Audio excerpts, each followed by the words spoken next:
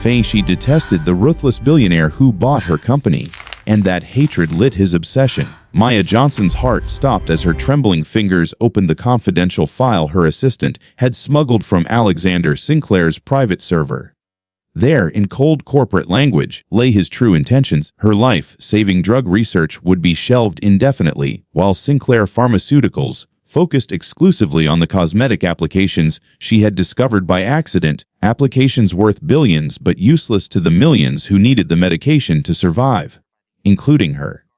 The room spun as she clutched the edge of her desk, the diagnosis she'd hidden for 3 years, suddenly a ticking clock rather than a manageable condition. She had 6 months, maybe less. Without the treatment, her company had been mere weeks from completing before the hostile takeover. Planning your next move, Dr. Johnson. The voice from her office doorway sent ice through her veins. Alexander Sinclair himself stood there, his 6'3" frame filling the entrance, blue eyes cold as they fixed on the document in her hands. Those files are company property, my property. He stepped inside, closing the door with a soft click that somehow sounded more threatening than a slam. Corporate espionage carries significant penalties. Though I might be persuaded to overlook this indiscretion. Maya rose to her full height, her silk blouse and pencil skirt a power outfit she'd chosen as armor for today's board meeting. The same meeting where Sinclair had announced her demotion from CEO to research director of the company she had built from nothing. The company that held the only hope for her survival and thousands like her. Penalties. She challenged, her voice steady despite the chaos in her mind. You're stealing research that could save lives and burying it for beauty creams. I founded Biogenesis to help people, not to line shareholders' pockets. She didn't mention that among those people was herself. That secret was the only card she had left to play. What she couldn't understand was why Alexander Sinclair, who had acquired dozens of companies without ever taking a personal interest, had insisted on relocating his entire operation to personally oversee this particular acquisition. The rumors about his ruthlessness were legendary, but there was something else at play here. Something she was missing.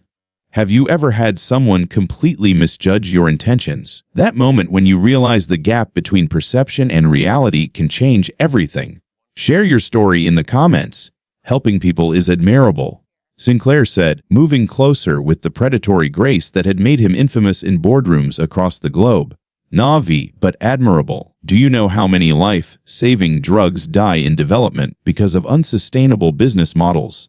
His eyes narrowed, studying her with unsettling intensity. Your research has multiple applications. The cosmetic patents will fund further development of the therapeutic uses. That's business. Maya felt her carefully constructed professional facade cracking. That's not what your memo says. It explicitly states the medical applications are to be indefinitely deprioritized.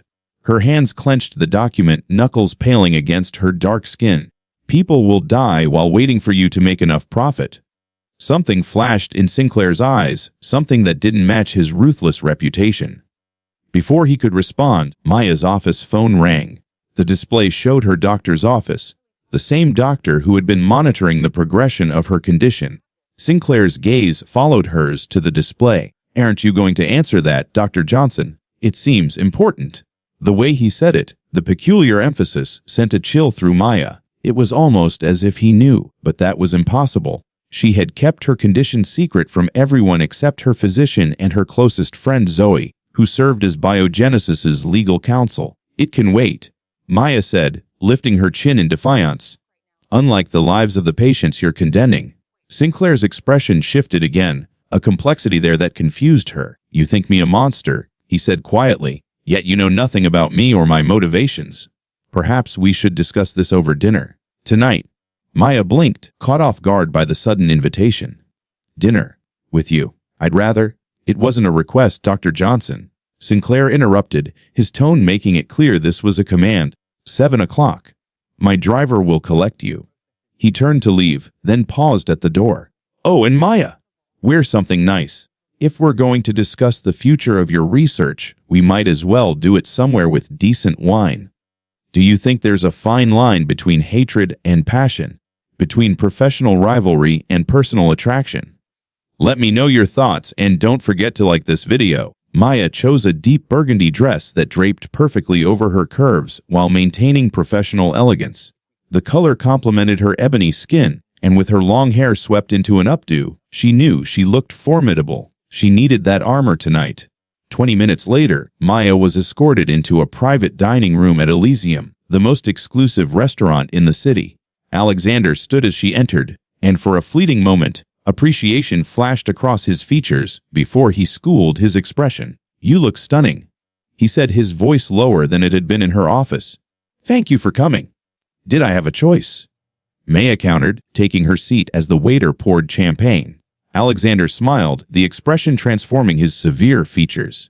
"There are always choices, Dr. Johnson. You've made several that intrigue me greatly.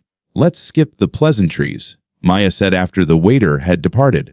"Why am I here? And more importantly, why are you deliberately delaying the development of a drug that could save thousands?" Alexander studied her for a long moment before reaching into his jacket. He withdrew a small flash drive and placed it between them. "Because the formula is flawed," he said simply. "In its current state, your miracle drug would pass FDA trials, but long-term use would cause liver failure within 2 years. Fatal liver failure." Maya felt as if the floor had dropped from beneath her.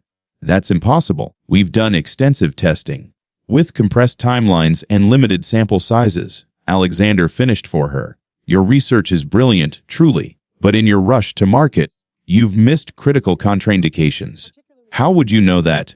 Maya demanded, her mind racing through test results, trying to identify where they could have gone wrong. "Because," Alexander said quietly, "I've been studying your work for longer than you realize. The flash drive contains research from my private lab, research that could solve your formula's problems." Maya stared at him, suspicion warring with desperate hope. "Why would you help me? Why acquire my company just to fix our research?" Alexander's expression changed, vulnerability replacing his usual confidence. "Because I need your drug too, Maya. Just not for the reasons you think." The revelation hung between them as Maya's mind struggled to process its implications. What did he mean? What personal stake could Alexander Sinclair possibly have in her research? Ever had that moment when someone you thought was your enemy revealed a completely different side? That instant when everything you believed gets flipped upside down. "Drop a comment about your most surprising revelation." "My sister," Alexander finally said, his voice barely audible. "Abigail has the same condition your drug was designed to treat. She's been in a private medical facility for the past 3 years with the best doctors money can buy. But she's running out of time." His fingers tightened around his water glass. "When I discovered your research, I thought you'd found the answer. But then my team identified the flaw. So you bought my company." Maya said slowly, "To fix the research yourself. I bought your company to combine our resources," he corrected. "Your innovation, my facilities and capital. Together, we could perfect the treatment in half the time it would take either of us alone." And the memo about shelving the medical applications. Alexander's mouth tightened, a necessary deception. If my competitors knew what we were really developing, they'd accelerate their own programs, cutting corners, rushing dangerous versions to market. This way, they think we're focused on the cosmetic applications, which are lucrative but not revolutionary. Maya sat back, her world shifting on its axis. The ruthless billionaire who had invaded her company suddenly appeared in a new light, still calculating and manipulative, but with motivations she hadn't imagined. Before she could respond, her phone rang, her doctor again. With Alexander watching, she answered, stepping away from the table. "Maya," her doctor said, his voice grave, "we need to discuss your latest results immediately. The progression has accelerated beyond our models. I'm concerned about—" "How long?" Maya interrupted, keeping her voice low. A pause, 3 months, 4 at most without intervention. Maya closed her eyes, steadying herself against the wall. "I understand. Thank you." She ended the call and turned to find Alexander watching her, his expression unreadable. "Bad news?" he asked softly. Maya considered lying, maintaining the secret she'd kept for years.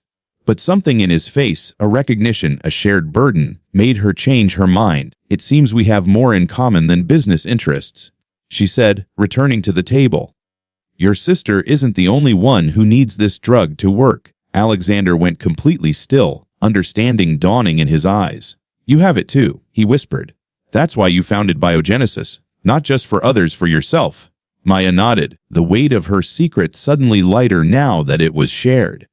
And according to my doctor, I have 3 months to live if we don't solve your formula problem. Something fierce and determined transformed Alexander's face. Then we have work to do, Dr. Johnson. He stood, tossing several bills on the table. Dinner will have to wait. I need to show you something. Is it just me, or do the best partnerships often start as rivalries? When two passionate people clash but discover a common goal, that's when magic happens. Like this video, if you've ever had an opponent become an ally. Alexander's private laboratory complex occupied the entire top floor of Sinclair Pharmaceuticals headquarters. As the elevator doors opened, Maya stepped into a research facility that made her company's labs look like a high school science classroom. You've been busy, she observed, unable to hide her impressed tone. I don't do anything halfway. Alexander replied, leading her through the space. He guided Maya to a large display screen at the center of the lab. This is what I wanted to show you, he said, bringing up molecular diagrams she immediately recognized as variations of her formula. We've been modeling alternatives, trying to maintain efficacy while eliminating the hepatotoxicity. Maya stepped closer, her scientific mind immediately engaged. These modifications to the benzene ring structure, they could reduce liver binding while maintaining blood-brain barrier penetration. For the next hour, Maya lost herself in scientific discussion, her earlier suspicions temporarily forgotten, as she collaborated with minds as sharp as her own. Alexander participated actively, displaying a depth of knowledge that surprised her. You understand this research at a molecular level, she said during a brief pause. That's unusual for a CEO. A ghost of a smile touched his lips. Before I became a corporate raider, I was a biochemist. My first company developed cancer treatments. Something sad flickered in his eyes. Not all of them were successful. The next 2 weeks passed in a blur of intensive research, late nights, and gradual dismantling of barriers. Maya's condition for partnership was simple, but non-negotiable. She would be reinstated as co-CEO, with equal decision-making authority. To her surprise, Alexander agreed without argument. Together, they consolidated research teams from both companies, creating a specialized task force focused solely on perfecting the drug formula. The work was challenging but exhilarating, minds meeting as equals in scientific debate that often extended into the early morning hours. It was during one such late session, when most of the team had gone home, that Maya found herself alone with Alexander in his private office adjacent to the lab. Molecular models rotated on multiple screens while they debated binding affinities. Their initial animosity transformed into something more complex and increasingly difficult to ignore. The modified structure shows promising stability in simulation, Maya noted, leaning closer to the screen. But I'm concerned about reduced efficacy at the neural receptors. We could compensate with a higher dosage, Alexander suggested, his shoulder brushing hers as he reached for the keyboard. The casual contact sent an unexpected current through Maya, one she immediately tried to dismiss. This was her research partner, her business colleague, the man who had forcibly taken over her company.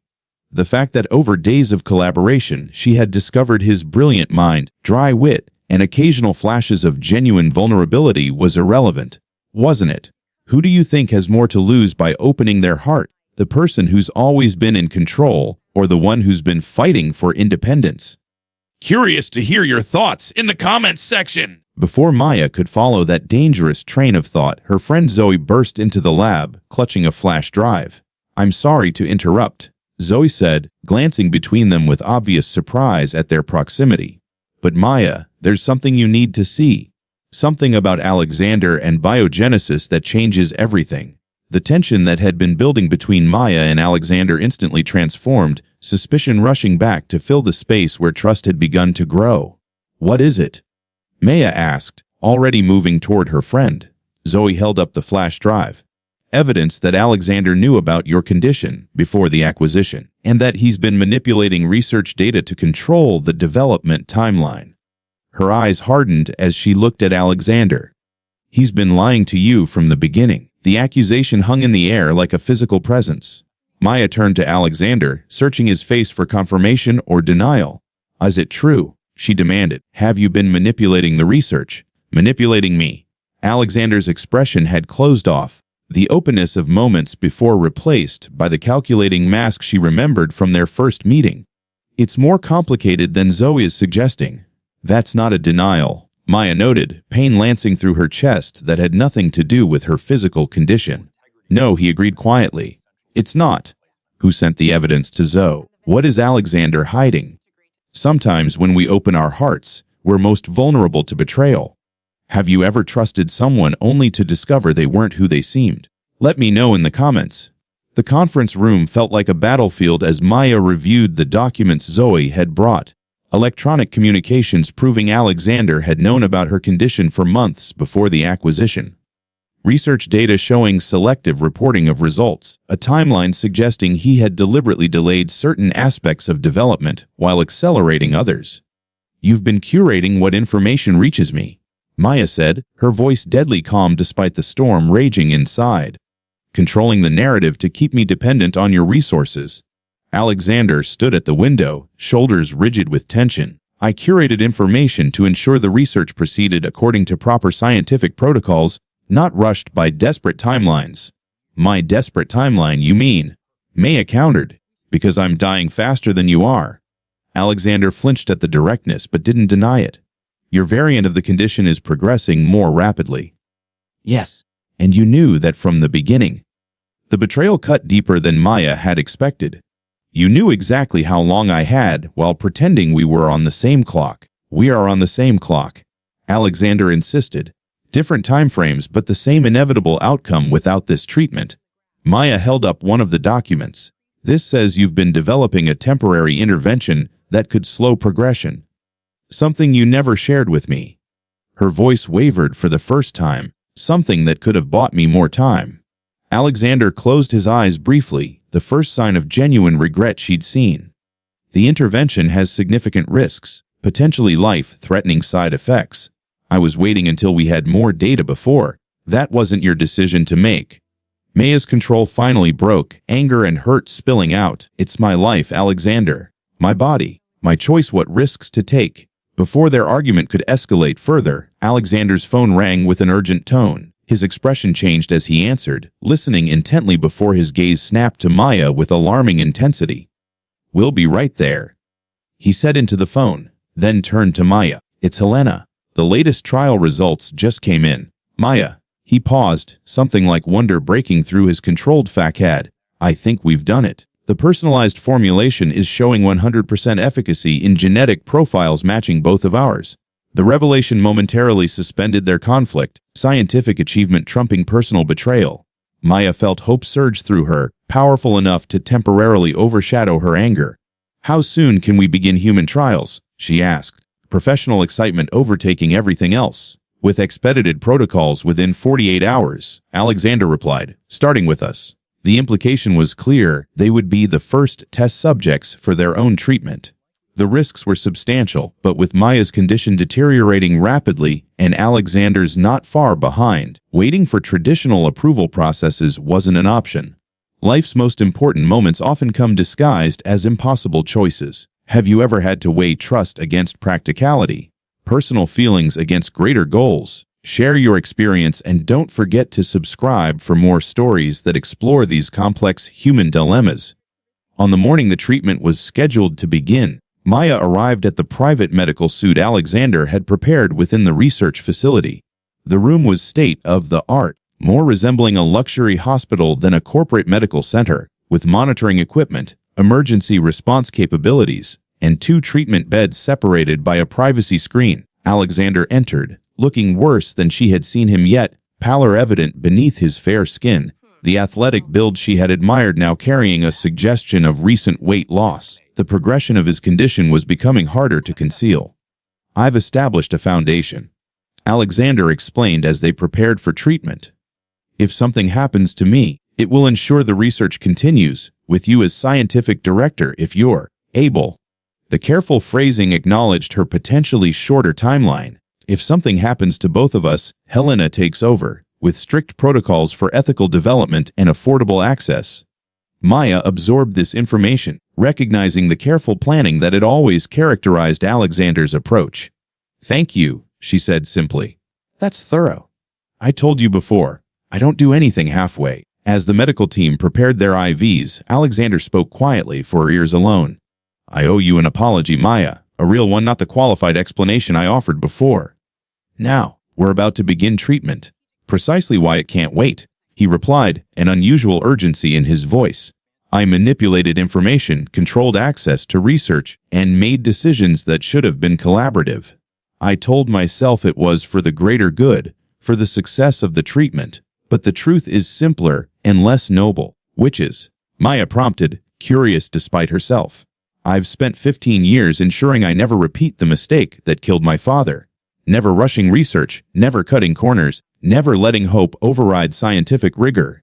His eyes held hers, more vulnerable than she had ever seen them. When I found your research, when I found you, I saw brilliant innovation paired with the same desperate acceleration that had once led to tragedy.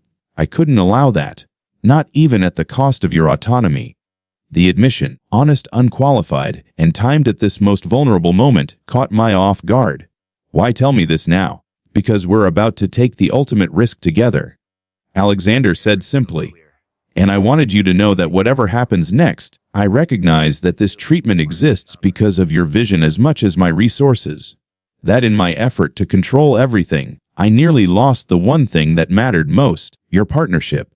As the IVs were inserted and the personalized compounds began flowing into their veins, Maya reached across the space between their beds, extending her hand. After a moment of surprise, Alexander took it, their fingers intertwining as the treatment that might save or end their lives entered their bloodstreams. Partners, Maya said softly. Partners, Alexander echoed, his grip tightening as the first wave of side effects began to manifest. When facing life's greatest challenges, sometimes the most courageous act is to trust someone who has hurt you. Have you ever had to put aside betrayal to achieve something greater? Double tap if you believe some partnerships are worth the risk.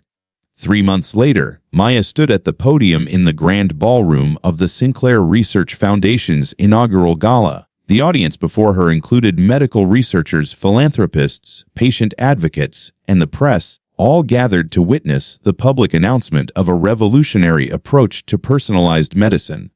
Her health had been fully restored by the treatment she and Alexander had developed. The physical transformation was evident, her natural vitality returned, the subtle signs of her condition erased. But the internal transformation had been equally profound. When Biogenesis was acquired by Sinclair Pharmaceuticals, she began, her voice steady and confident. I believed it was the end of my vision for accessible, innovative medical treatments. I was wrong. Her gaze found Alexander in the front row, his expression warm with professional pride and personal affection. What I discovered instead was that the right partnership can amplify vision rather than diminish it. That combining different perspectives and complementary strengths can achieve what neither party could accomplish alone. Today, we're announcing the creation of the Adaptive Medicine Initiative. Maya continued, a collaborative effort bringing together researchers, physicians, and patients to develop personalized treatments for conditions that have resisted traditional approaches. By combining genetic analysis, targeted delivery systems, and patient-specific modifications, we believe we can revolutionize treatment paradigms across multiple disease categories. Later that evening, as the event wound down, they found a quiet moment on the venue's terrace overlooking the city. The night was clear, stars visible despite the urban glow, a peaceful contrast to the intensity of the past months. Did you ever imagine this outcome? Maya asked. When you first decided to acquire Biogenesis, Alexander considered the question, his honesty one of the qualities she had come to value most. Not precisely this, he admitted. I saw the potential in your research, certainly. I recognized its importance to my survival and Abigail's. But I didn't anticipate how essential you would become to the process, or to me. The admission hung between them, simple yet profound. Their professional partnership had evolved into something more personal, tentative steps toward romance taken as their health stabilized and the initial crisis passed. You know, Maya said, turning to face him fully, for someone known for his strategic foresight, that was a significant oversight. Alexander's smile acknowledged the gentle teasing. Even the most thorough analysis can miss critical variables. His expression grew more serious, though warmth remained in his eyes.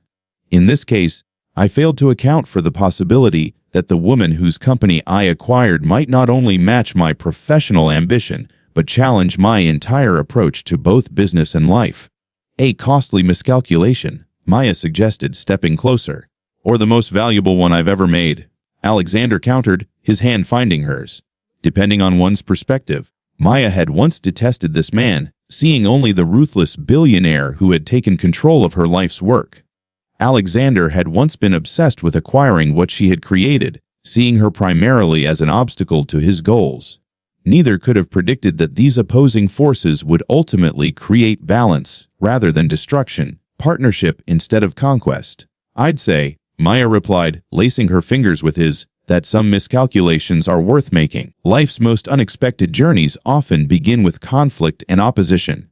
Have you discovered that someone you once considered an adversary became an important ally or partner? Share your story of unlikely connections in the comments below. And if you've enjoyed this journey from hatred to partnership, please like and subscribe for more stories that explore the complex, beautiful ways our paths intertwine with others. The greatest love stories aren't always about instant attraction. Sometimes they're about learning to see beyond our first impressions and finding connection where we least expected it.